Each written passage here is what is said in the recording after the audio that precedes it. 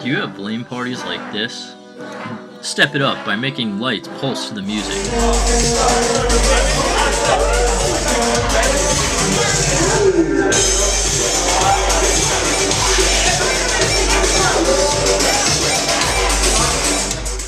In this video, I'll show you how to take a few simple electronics to make lights pulse to the music. Here's the unit that I'll show you how to make. First, gather the components. You'll need a power cord, 2 switches, a solid-state relay, an outlet, some speaker posts, and an enclosure. A solid-state relay is basically a switch.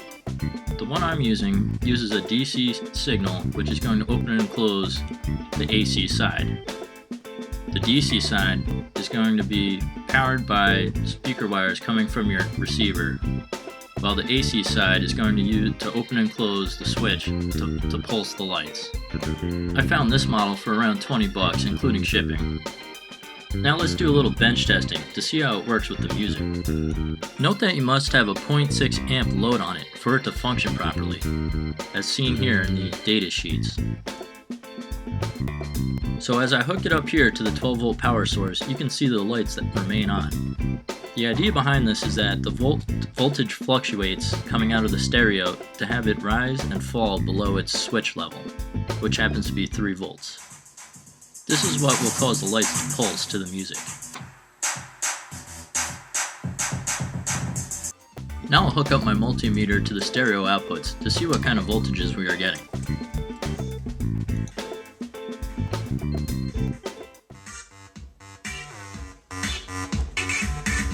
Perfect. The voltage is rising and falling above the 3 volt range. At any point when the voltage is above 3 volts, that's when the lights will be on. Now let's get our Christmas lights out and make sure they're not drawing too much power that it's going to fry this. With this model relay, the maximum current is 3 amps. With 5 strands of the LED Christmas lights, I'm drawing about 1.6 amps. The speaker post that I'm using, I pulled out of an old subwoofer. Maybe you have one lying around, or you could always pick up one at Radio Shack. I made the enclosure box out of poplar wood and a couple sheets of Lexan. The Lexan is going to be the top and bottom, while the wood is the 4 sides. I'm going to use the table saw here to cut a couple slots in the wood. That'll hold the Lexan in place. Now using the chop saw, I'm going to miter the edges of the wood to form the corners. Since it's a square box, I'm going to use a stop to make sure each side is exactly the same length. Here's the basic assembly of the box. Let's make sure it fits together properly. Now I can take some glue and apply it to the mitered edges on 3 of the sides, because the 4th side is going to use screws. That way, the entire side can be removed in the future for maintenance. Clean up all the excess glue. I found the glue that was stuck in the cracks was easiest wiped out by a Q-tip that was flattened with a hammer. And oh yeah, you might want to cut the opening in the wood before you glue it together. Now let's make it a little fancy by creating a carving using your home-built CNC machine. Now that all the woodworking is done, I also cut a hole here for the power cord.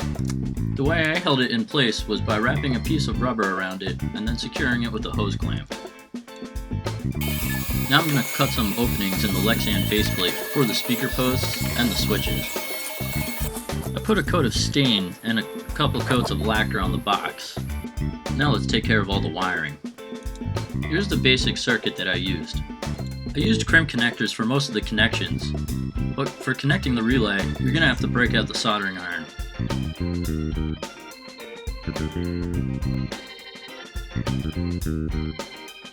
Also, don't forget to connect the safety ground wire and the power cord to the green screw on the outlet.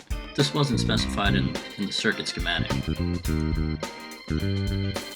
Now that all the wiring's done, let's finish up the assembly and test it out.